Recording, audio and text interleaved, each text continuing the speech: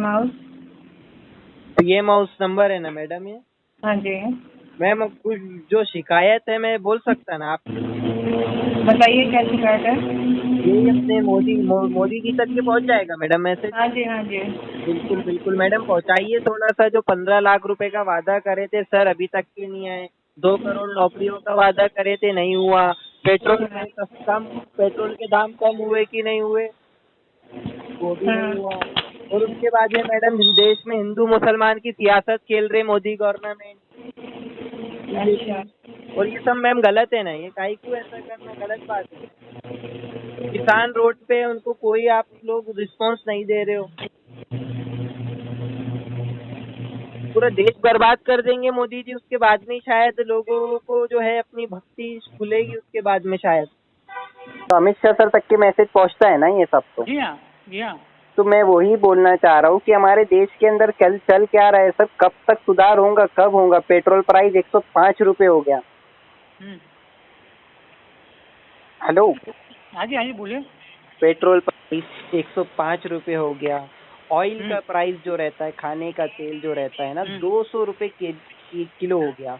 और राशन बहुत ज्यादा महंगा हो गया। पूरी बर्बादी तबाही। पहले ही लॉकडाउन से, कोविड से पूरा परेशान है लोग, और उसके बाद में ये सब महंगाई पे महंगाई बढ़ते जा रही है। हाँ। और सेंट्रल गवर्नमेंट जो है वो अपने टैक्सेस में जो है कुछ छूट दे रहे नहीं है। अभी पहले 2014 से पहले टैक्स था पेट्रोल के ऊपर में 9 रुपए 70 पैसे था। आज 33 रुपए टैक्स ले रहे। जितने का पेट्रोल आता है उससे ज्यादा आप लोग टैक्सेस ले रहे हो। फिर स्टेट गवर्नमेंट अलग टैक्सेस लेती। तो गरीब आदमी जाना तो जाना क्या और करना तो करना क्या? भैया, जो आपकी प्रॉब्लम है हम सबकी प्रॉब्लम है, लेकिन वो हमारे बस में नहीं है वो कम करने का। सर ये नंबर आप सेंटर होम मिनिस्टर का है राइट? और जी, उनके घर का नंबर है, गुजरात का।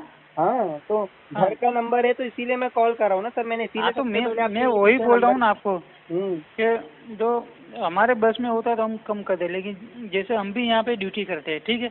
बिल्कुल। हाँ, जो हमारे ऊपर कंप्लेन होती है, जो पब्लिक का जिसका भी फोन आता है हम दिल्ली फॉरवर्ड कर देते हैं। फिर बिल्कुल, तो एक्शन मेरा भी मैसेज ये पहुंचाइए ना आप। ये आप मैं जो भी बोल रहा हूँ ना आपको, इसको आप टाइप करिए और ये मैसेज पहुंचाइए कि कब सुधार आएगा। आप आज तकरीबन 8 से 9 साल पहले पेट्रोल प्राइस में इंक्रीज हुआ था 10 पैसे 20 पैसे, तो जेल भरो आंदोलन कर दिए थे बीजेपी सरकार ने। और आज घर भरो आंदोलन चल रहा है। 105 रुपए लीटर पेट्रोल, राशन का दिक्कत। हमारे यहाँ पूरा A to Z हिंदुस्तान में बर्बादी हो रही है ना सर। हेलो, अस्सलामुअलैकुम सर। वालेकुम। सर मैं सर नाम सुन के फोन नहीं काटेंगे आप, मेरा प्रॉमिस करिए सर। फोन काट दे रहे आपके सभी एमएलए। हाँ, आपके सभी एमएलए सर मेरा नाम सुन रहे, फोन कट कर दे रहे सर। इसमें जमहूरी हक है ना सर सवाल करने का मेरे को? देखिए भाई, अभी मैं चेन्नई में हूँ, फ्लाइट में बैठा हूँ। आप मेरे को 10 बजे करिए फोन। सर पक्का उठाइएगा आप फोन। कौन है आप? फारिस कादरी बात कर रहा हूँ मैं, नागपुर महाराष्ट्र से सर। नहीं, आप रिकॉर्ड नहीं करेंगे। आप सामने सामने आके बैठ के बात करें। सर दारुसलाम आता है ना मैं, फिर आप बुलाइए ना मेरे को। नहीं, दारुसलाम कोई दावत वलीमा नहीं है, दफ्तर है, अवामी दफ्तर है। आइए मिलिए। तो सर गुंडागर्दी चलती ना, कितनी धमकी आई सर जान से मारने की, मार देते तो क्या करूँगा सर मैं? मेरे भाई वहाँ पर कम से कम 100-200 लोग बैठे रहते। अगर आप अपनी शक्ति शोहरत के लिए रिकॉर्ड करके नहीं, शक्ति शोहरत बिल्कुल नहीं करता सर मैं। सुनिए मेरी बात सुनिए। अगर आप वाकई में सच्चे ईमानदार हैं, आइए दारुसलाम, आमने सामने बैठिए, बात करिए। और ये जो अभी जो गुफ्तगू हो रही है उसको रिकॉर्ड मत करिए। बिल्कुल नहीं करूँगा सर मैं। आप प्रॉमिस करिए, आप मेरे को सर दावत दीजिए। मैं स्टार्ट हो जाऊंगा सर। मैं किसी को दावत नहीं देता। नहीं दावत नहीं सर, दावत नहीं। मैं अपने उस पे आता हूँ, अपने उस पे चल जाता हूँ। सिर्फ आप प्रॉमिस करिए, मेरे को कुछ नहीं होता। मैं आपसे बिल्कुल वहाँ पर मैं आप देखिए। कोई किसी को कुछ नहीं होता। आप आइए, दिल साफ रख के आइए और आपके दिल में जो है बात करिए। बिल्कुल सर। ठीक है। नमस्कार, महाराष्ट्र टीवी 24 में आपका स्वागत है। मैं हूं अमित वांद्रे। फारिस कादरी, ये नाम सोशल मीडिया पर काफ़ी चर्चित है। ये नाम जो बड़े बड़े शख्सियत को फ़ोन करता है, उनसे सवाल करता है, उनसे जवाब मांगता है और वो जो ऑडियो है वो वायरल कर देता है। Asaduddin Owaisi, Jwala Dhote, PM office, CM office, ऐसे कई सारे लोगों को इस नाम ने, इस शख्सियत ने कॉल किया, उनका कॉल रिकॉर्ड किया और वो वायरल हुआ और कई लोगों ने, लाखों की तादाद में इनके दर्शक है और वो उनके ऑडियो को सुनते हैं और इंटरेस्ट लेते हैं कि आगे फारिस कादरी क्या करने वाला है। फारिस कादरी आज महाराष्ट्र T24 के स्टूडियो में हैं, उनसे बात करते हैं और ये जानने की कोशिश करते हैं कि फारिस कादरी को ये आइडिया कहाँ से आया कि लोगों को कॉल करे और वो रिकॉर्ड करके वो वायरल करे। फारिस कादरी, स्वागत है आपका महाराष्ट्र T24 में। पहला सवाल ये है कि आइडिया कहाँ से आया कि कॉल करना है, रिकॉर्ड करना है और वो उसको वायरल कर देना है। सिंपल था। सबसे पहले कि हमारे इंडिया में MLAs MP कॉर्पोरेटर हम के ऑफिस में जाते 1 वीक 10 डे, ये लोग बोलते सर मीटिंग में नहीं आते, तो मैंने सोचा इनको कॉल लगाओ, इनकी रिकॉर्डिंग करो और सोशल मीडिया पे वायरल करो ताकि इसको 1000 लाख लोग सुनेंगे। कम से कम हमारे MP MLAs इस चीज़ को समझेंगे कि हम ये काम करना चाहिए। पहला इंसिडेंट कहाँ क्या हुआ था कि आपने वो बताइए कि शुरुआत कहाँ से हुई? MIM हैदराबाद। हैदराबाद में आप क्या करते हो? आप तो नागपुर में रहते हो, हैदराबाद में कहाँ? मेरा बिजनेस स्टार पठानी के नाम से हैदराबाद के अंदर में, मेरे नागपुर में रिटेल शॉप है और हैदराबाद में मेरा मैन्युफैक्चरिंग कंपनी स्टार पठानी के नाम से मेरा ब्रांड प्रोडक्ट वहाँ पर में मेरे सेल होता है। तो मेरा काफ़ी आना जाना हैदराबाद में था, ओल्ड सिटी में, और काफ़ी पार्टीज़ के अंदर में मैंने इन MP MLA से मिला और ये चीज़ में काम हुआ है। तो क्या हुआ? पहला ऑडियो किसका आपने रिकॉर्ड किया? मुमताज़ अहमद खान या अहमद पाशा कादरी, MIM के MLA, ये चार मीनार के, इनका था। हाँ, क्यों किया था आपने? बीजेपी मतलब वो बिहार इलेक्शन था इनका, हिंदू मुस्लिम जो उस तरीके से MIM चलता है, उसके ऊपर में मैंने एक फाइट दिया था कि MIM आज हिंदू मुसलमान बहुत ज़्यादा कर रहे हैं। एक ऑडियो आपका सबसे ज़्यादा फेमस हुआ है जिससे आपको रिकॉग्नाइजेशन मिला है। असदुद्दीन ओवैसी का वो ऑडियो था जो काफ़ी लंबी चर्चा चली। उसके बाद दारुसलाम में आपको बुलाया गया था, आइए भैया बात करते हैं, ऑडियो रिकॉर्ड करके कोई मतलब नहीं है। तो गए थे और असदुद्दीन ओवैसी को कॉल करने की हिम्मत थी या वो इंसिडेंट किस तरह से हुआ, उन्हें क्यों कॉल? असदुद्दीन अवैसी साहब के अलावा और भी कॉल थे। मेरा PM ऑफिस था, मैं DGP उत्तर प्रदेश को कॉल किया, त्रिपुरा DGP सर को कॉल किया था, PM ऑफिस, CM ऑफिस था, नागपुर के MP MLA बहुत सारे, और उनको कॉल करने का रीज़न वही था, एक रिकॉर्डिंग के अंदर में मैंने तकरीबन पूरा शो किया उसके अंदर में कि मेरा क्या बोलने का रुझान था। जी, बड़े बड़े लोगों को कॉल करते हो तो डर नहीं लगता? नहीं, इंडिया है ना, पब्लिक हिंदुस्तान है, डेमोक्रेटिक कंट्री है हमारा, डेमोक्रेसी में पब्लिक राजा है, तो हमारा हमको राइट समझना चाहिए कि जिनसे हम बात करें पब्लिक सर्वेंट, हमारे सर्वेंट से बात करने के लिए डर नहीं लगना चाहिए। इतने बड़े विचार आप रख रहे हो और मुझे पता है कि आपकी उम्र जी 20 साल है, तो ये विचार या फिर इतनी हिम्मत आने के लिए काफ़ी लोगों को समय लग जाता है। बड़े बड़े पत्रकार भी ये हिम्मत नहीं करते कि जिस तरह से आप टोनी में बात करते हो लोगों से, तो ये हिम्मत कहाँ से? नहीं, कम पब्लिक अपना राइट समझे, कम से कम कैसा यही आप जो बात बोले ना कि हमारे नगर सेवक MP MLA छोड़ दो, आप नगर सेवक को भी हमारे प्रॉब्लम बोलने के लिए पब्लिक डरता कि ये हम बोलेंगे, क्योंकि राउडीज़म बहुत ज़्यादा है, गुंडागर्दी यहाँ पर में चलता बहुत ज़्यादा, इस तरीके से लोग डरते थे। तो मैंने स्टार्ट किया कि पब्लिक का अपना राइट देखना चाहिए और उसको बोलना चाहिए, वो चाहे पुलिस ऑफिसर रहे या कोई भी डिपार्टमेंट के ऑफिसर रहे, गवर्नमेंट ऑफिसर रहे, हमारा काम है उनको इस चीज़ का सिंपल क्वेश्चन करना, क्योंकि वो पब्लिक सर्वेंट है, ना कि राजा। आप पूरा जो है आपकी परवरिश नागपुर में ही हुई है, ठीक है। आपने तमाम देश के बड़े बड़े लीडरों को फ़ोन किया। नागपुर में भी आपके कई वीडियो जो ऑडियो है वो वायरल हुए हैं। ज्वाला धोटे का ऑडियो जो आप बहुत वायरल हुआ है। महापौर का ऑडियो, आपने महापौर को सवाल कर दिया था, वो ऑडियो वायरल हुआ है। MLAs को आपने फ़ोन किया, वो ऑडियो वायरल हुआ है। तो आपने पहले देश को पहले पकड़ा, उसके बाद नागपुर के लोगों का जो समस्या है वो ध्यान में लाने की कोशिश की। तो नागपुर क्यों इंटरेस्ट लिया है इतना कि आप तो देश में अच्छे से बड़े बड़े लोगों से बात कर रहे हैं? नागपुर क्यों बोले तो हमारा ग्राउंड, मेरा परवरिश नागपुर का है, मैं नागपुर में पला बड़ा, क्योंकि आज मैंने देखा हूँ कि नागपुर के अंदर में भी एक ट्रेंड कल्चर लाना बहुत ज़रूरी है, क्योंकि हम प्रॉब्लम बताते हैं तो उसका सलूशन होता है। संगम नगर में आपकी टीम, मीडिया आपकी भी गई थी, हम संगम नगर गए, वहाँ पर में नितिन राउत की कॉन्स्टिट्यूंसी में रोड्स की हालत आपने शो किए, वहाँ पर में पानी का समस्या था। तो हमको ये प्रॉब्लम बताना है और ये प्रॉब्लम का सलूशन लेना है। क्या होता है आज के टाइम पे इंडिया के अंदर में पब्लिक अब रोड पे निकल रही है तो सिर्फ मंदिर के लिए या मस्जिद के लिए, हिंदू मुसलमान के लिए लोग निकलते रोड पर, लेकिन हमारे बेसिक प्रॉब्लम के लिए कोई प्रोटेस्ट नहीं होता। 110 रुपये लीटर पेट्रोल है लेकिन ज़ीरो प्रोटेस्ट, ऑयल का प्राइस है, खाने का तेल आज के टाइम पे हो गया है 200+, ज़ीरो प्रोटेस्ट। एक गरीब इंसान एक टाइम का खाना खा के सो रहे, लेकिन ज़ीरो प्रोटेस्ट। मंदिर की बात लो तो करोड़ों रुपए चंदा आ जाता है, मस्जिदों के नाम पे करोड़ों रुपए चंदा आता है। तो ये चीज़ के हमारे को ये कल्चर बदलना है कि आज हमारे बेसिक प्रॉब्लम जो है, हमारे यहाँ पर में स्कूल नहीं है सही, हमारे रोड सही नहीं है, हमारे यहाँ पर में जो लीडर जो करप्शन चल रहा है टू जेड, हमको ये सब चीज़ को सॉल्व करना है, ना कि मस्जिद मंदिर हिंदू मुसलमान। जी आपके ऑडियो पे अगर हमने नीचे कमेंट्स पढ़े तो हमको ये पता चलता है कि कई लोग आपको ये कमेंट करते हैं कि फारिस कादरी ये जो कुछ कर रहा है ये खुद के टीआरपी के लिए कर रहा है, खुद को फेमस करने के लिए कर रहा है, क्या वाकई ऐसा है? वो एक्चुअल में MIM को मैं कॉल करता था तो वो लोग बोलते थे बीजेपी का है। वो ये जो कमेंट्स करते हैं वो इनके पार्टी वर्कर है, जिनको मैंने टारगेट किया। मैंने सबको कर लिया ना, BJP, Congress, RSS, Samajwadi party से लेके टू जेड मैंने सबको टारगेट किया। जब MIM को कॉल करते थे तो बीजेपी को बोलने लगे तो कांग्रेस को मैं बोलने लगा तो खुद फेमस होने के लिए किया। फिर कुछ मुस्लिम लीडरों से मैंने सवाल किया तो मुसलमानों को आपस में लड़ा रहा है, मीन्स मतलब RSS का एजेंट। और फिर RSS वालों को क्वेश्चन किया तो फिर फेमस होने के लिए। तो ये रूमर्स चलते रहता कि हमारे को हमारा पॉइंट रखना है, ना कि ये चीज़ पब्लिक का राइट है। क्योंकि मैं चाहता तो कोई भी आज इंडिया की कोई भी पॉलिटिक्स पार्टी ज्वाइन कर सकता हूँ।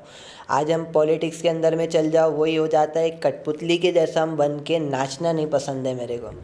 मैं क्या हूँ, पब्लिक हूँ, मैं राजा हूँ, आप राजा है, 135 करोड़ लोग राजा है इंडिया के। तो मेरे को वो बन के पसंद रहना है, ना कि एक पब्लिक सर्वेंट बन के नौकर बनना मेरे को पसंद बिल्कुल भी नहीं है। जो नौकर है उनको उनका राइट दिखाना ज़रूरी है कि आपका ये काम है, आपकी ड्यूटी है, आपको पब्लिक इसलिए चुने। फारिस एक सवाल है कि अभी मुझे पता नहीं कि ये सवाल किस तरह से लेते हैं। अब इंडिया में आने के बाद मुसलमानों के ऊपर टारगेट किया जाता है कि, और मुसलमान खुद शिकार हो जाते हैं, खुद ऐसा सोचने की कोशिश करते हैं कि इंडिया में हमें वो अधिकार नहीं मिल रहा है या फिर लोग हमें गद्दार कह दे रहे हैं। हालांकि ऐसा नहीं है, मैं आपको क्लियर कर देता हूँ कि ऐसा विचार बिल्कुल गलत है। नहीं, एक सवाल मेरा आप समझ लीजिए कि ये विचार, आप खुद मुस्लिम कम्युनिटी से आते हो, क्या आपको ऐसा कभी लगता है कि बीइंग अ मुस्लिम आपको टारगेट किया जाता है? बिल्कुल भी नहीं है, ये सब एक्चुअल में पॉलिटिक्स होता है और कुछ भी नहीं है। हमको पॉलिटिक्स खेलना है तो कुछ पे भी हो सकता है।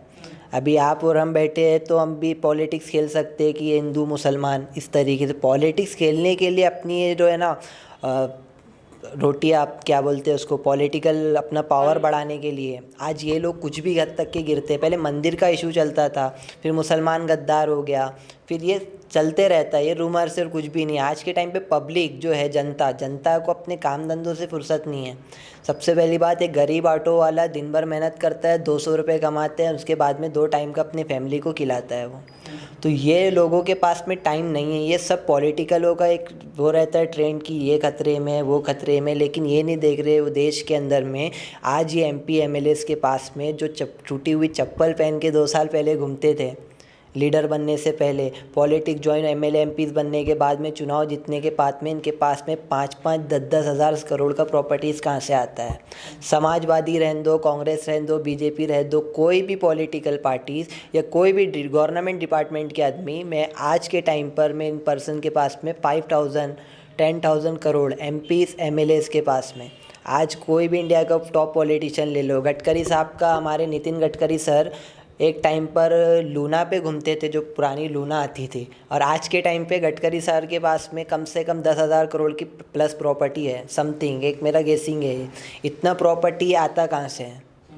आज इनके आलीशान एक महल। तो ये पॉलिटिकल खुद रोटियां सेकने के लिए, इंडिया की पब्लिक है कम पढ़े लिखे, एजुकेशन में कमी है, तो इनको पागल एक ही चीज़ से बना सकते, हिंदू मुसलमान। हम लोग हिंदू मुसलमान में उलझे हुए हैं, लेकिन हमारे को इतना ही नहीं पता है कि आज हमारे देश में 100 रुपये लीटर प्लस पेट्रोल चल रहा है। हमारा पैसा, हम टैक्स पेयरों के पैसे पे ये लोग राज कर रहे हैं, राजा, जबकि हमारे नौकर यही है, पब्लिक सर्वेंट।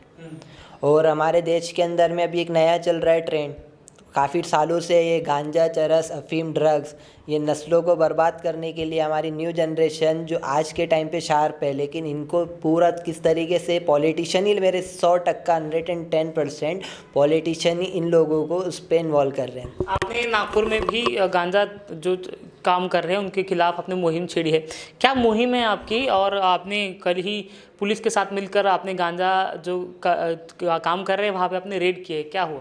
बिल्कुल, एक्चुअल में क्या होता है कि हमारे देश के अंदर में अभी स्लम एरियाओं के अंदर में गांजा, चरस, अफ़ीम और एमडी जैसे सिविल एरिया के अंदर एमडी ज़्यादा चलन में है। तो हमारे 16 साल, 17 साल, 15 साल के बच्चे, न्यू पीढ़ी, न्यू जनरेशन आज के टाइम पे इसके अंदर में पूरी तरीके से लग चुके हैं। और ये सब क्राइम इतना ज़्यादा बढ़ रहा है, पुलिस इसके ऊपर में तवज्जो दे रही है या नहीं दे रही है वो पब्लिक को मालूम है। अभी मैंने कल डीसीपी साहब को, डीसीपी चिन्मय पंडित सर को बोलकर एक 20 लोगों का टीम बुलवाया। मैंने तकरीबन 8 जगह गया जिसमें से 2 जगह पे गांजा मिला। 2 जगह हमने रेड किए, लेकिन वही लेडीज़ों का फ़ायदा उठाकर, स्लम एरिया का इन्होंने फ़ायदा उठाकर ये लोग क्या करते हैं कि लेडीज़ को आगे करते हैं, उतनी देर में पूरा पैकेज उठाकर ये लोग इनके अंदर में अंडरग्राउंड इनका वहाँ पर में रूम होते बने हुए, वहाँ पर में छुपा देते हैं, यहाँ पर कहीं पर फेंक देते हैं। तो इन लोगों का स्लम एरियाओं के लोग फ़ायदा उठाते हैं पूरा। तो इनको मेरा एक ही मैसेज यही है कि आप लोगों के पास में अगर जॉब होना, आपको मैं जॉब प्रोवाइड करवाता हूँ। आप ये जो है समाज के अंदर में गंदगी कर रहे हो, आप इसको बंद कर दो। आपको जॉब चाहिए, आपको जॉब मैं देता हूँ। आपको कोई भी दिक्कत हो रहा, आपको हर प्रॉब्लम का सलूशन हम करेंगे। लेकिन ये समाज के अंदर से जो गंदगी आप कर रहे हो, जिसके हमारी न्यू जनरेशन, अभी 3 दिन पहले एक 19 साल के बच्चे का मर्डर हुआ एमडी से यशोधरा पर। तो इस तरीके का ये पूरा जो आप जो जहर, जो पॉइज़न आप जो सेल कर रहे हो, इसको बंद कर दीजिए, नहीं तो आपकी 7 पीढ़ी क्या होगा वो बेकार हो जाता है। फिर आपकी 7 नस्लें याद रखेगी आपके सामने जो कार्रवाई होगी। फारिस, मेरा आखिरी सवाल कि ये जो आप कॉल रिकॉर्डिंग करते हो ये कब तक चलते रहेगा, और ये आप लोगों को इसमें इनिशिएटिव में आप लोगों को शामिल करने की कोशिश कर रहे हो, या फिर खुद के भरोसे पे या फिर खुद के कंधे के ऊपर ये है कि फारिस कादरी फ़ोन करेगा सबको और ये करेगा? क्या अपील करते हो लोगों को कि आप भी अपने जो लीडर है उन्हें फ़ोन करके जवाब आप मांग सकते हो? देखिए, सिंपल मेरा टारगेट एक ही था। कॉल करने का मतलब ये था कि ऑफिस के चक्कर छोड़ो, इनके कॉल लगा के अपने प्रॉब्लम बताओ, ताकि इनका काम है ये चीज़ करना। लीडर का काम है मौका वारदात पर आकर इस चीज़ करना कि यहाँ पानी के इश्यूज़ हैं, यहाँ पे चेंबर का इशू, जो हमारी बेसिक प्रॉब्लम है हम कॉल करके सिंपल उनको बोल रहे हैं। कॉल रिकॉर्डिंग वायरल करने का मतलब ये पड़ता है कि हम सिंपल बोलते हैं तो ये लोग सुनते नहीं हैं, तो वही चीज़ वायरल होती, लाखों लोग सुनते हैं। तो जब ये लीडरों के अंदर में कुछ फ़र्क पड़ रहा है, अब वो आ रहे, प्रॉब्लम का सोल्यूशन हो रहा है, इसलिए मैं रिकॉर्डिंग वायरल किया। एक सवाल मैं एक्सटेंड कर रहा हूँ, वायरल आजकल हर चीज़ नहीं होती है ना, क्या बहुत लोग कुछ डालते तो वायरल नहीं होती। फारिस कादरी को मीडिया का सपोर्ट कैसे मिला, मीडिया से आपकी कैसी पहचान हुई, ऑडियो वायरल कैसे हुई? देखिए, मेरा ऑडियो तो सिंपल है। सबसे पहले व्हाट्सएप पे मैंने 2-3 लोगों को सेंड किया, फिर उन्होंने शेयर करते करते शेयर किए, फिर कई मतलब कुछ भी व्हाट्सएप पे भी कुछ ही वायरल होता है। एग्जांपल मतलब मैं आपको फ्रेंड सर्कल में शेयर किया, ग्रुप में शेयर होते होते मीडिया तक के पहुंचा। फिर मेरा नंबर इन्होंने मेरे को धमकाने के लिए मतलब मेरे को धमकी काफ़ी आई, उसके लिए मेरा नंबर वायरल किया। हर कोई फ़ोन लगाता था, इनके पार्टी वर्कर्स के लोग गालियाँ देते थे स्टार्टिंग में, लीडर हो जिसको मैं कॉल कर रहा हूँ। उसके बाद में मेरा नंबर मीडिया को ऑटोमेटिक मिला, उन लोगों ने कांटेक्ट किया, फिर मैंने उनको ऑडियोज़ भेजा, ये चीज़ ऑटोमेटिक वायरल हो गया। इस तरीके से कांटेक्ट हुआ और कोई भी रीज़न नहीं है उसका। तो ये 20 साल का लड़का जो है वो आगे भी ऐसे ऑडियो वायरल करेगा? बिल्कुल, अगर समाज के अंदर में जब तक गलत होगा तो हम तो सबसे पहली बात इनको एक्सपोज भी कर रहे हैं। इनकी प्रॉपर्टीज़ कहाँ से है, मैंने सवाल किया काफ़ी लीडर से। एक शब्बीर अली करके हैदराबाद के एक लीडर है, 90 के टाइम पर मैं यहाँ पर मैं वो टूटी हुई चप्पल पहन के एक नॉर्मल बैठे रहते थे। आज उनके पास में 10,000 करोड़ प्लस का प्रॉपर्टी है। तो ये प्रॉपर्टी आया कहाँ से? तो ये आपने रिसर्च किया कि 10,000 करोड़ प्लस की प्रॉपर्टी सच में है, या फिर ये तो आप अनुमान लगा देते हो कि बोल दिया कि हाँ आ गया तो आ गया? मेरे पास में पूरा डेटा है। मैंने उनको बोला कामारेड्डी में आपका 100 करोड़ का ये प्रॉपर्टी, मैंने उनको प्रॉपर्टी का वो भी बताया डिटेल कि कहाँ पर में आपके पास में प्रॉपर्टीज़ है। तो इनके पास में जवाब नहीं होता है। आज एक एमपी, एक मामूली एक छोटे से एमपी एमएलए जो इंडिया में हज़ारों की तादाद में है, इनके पास में 100 करोड़ से लेके 5,000 करोड़ तक की प्रॉपर्टीज़ कहाँ से आती है? ये इतना पैसा पॉलिटिक्स में हिंदुस्तान में लोगों के पास में सब आता कहाँ से? मैं ये नॉर्मल क्वेश्चन करता हूँ इनसे, इसमें गलत क्या है सर? जनता से अपील, जनता से एक ही अपील है, नई मुहिम ड्रग्स माफिया आपकी खैर नहीं तो उसके अंदर में एक सपोर्ट करना चाहिए। ड्रग माफिया के अंदर में जैसा जो इन्फॉर्मेशन देगा, मेरा नंबर आपको तकरीबन सभी जगह पे वायरल है, और अगर जो इन्फॉर्मेशन देगा उसका इन्फॉर्मेशन गुप्त, लेकिन इस चीज़ के अंदर में अगर हम काम करें सही तरीके से तो हम इस समाज के अंदर से गंदगी मिटा सकते हैं। पब्लिक का काम है इसमें सपोर्ट करने का। फारिस कादरी को माफ़ कीजिएगा, फिर से एक्शन करो कि सभी करप्ट रखते हैं फारिस कादरी को, नेता से लेके तो अधिकारी से लेके सभी करप्ट लगते हैं। जो करप्ट है वो है इंडिया। आज भी 0.1% ईमानदारी आज बची है इंडिया में, पॉलिटिक्स में, डिपार्टमेंट में, जब भी इंडिया चल रहा है। फारिस कादरी क्या है, ईमानदारी है कि क्या है? वो पब्लिक को पता है।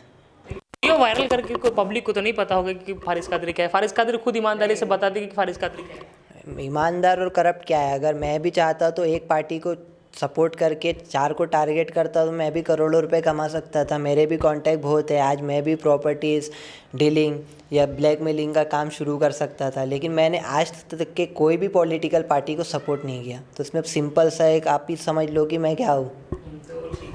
तो ये तो थे फारिस कादरी, जिनका ऑडियो जो है आजकल काफ़ी वायरल हो रहा है। हर लीडर को, अधिकारियों को ये फ़ोन करते हैं और उनसे जवाब मांगने की कोशिश करते हैं। उनका सीधा सा फंडा है कि अगर आप प्रशासन में हो या फिर शासन में हो तो आपने जनता को जवाब देना है, और वो वही जवाब जो है जनता सीधे आपको फ़ोन के द्वारा करती है, जवाब मांगती है, और वही फंडा जो है वो फारिस कादरी यूज़ करते हैं।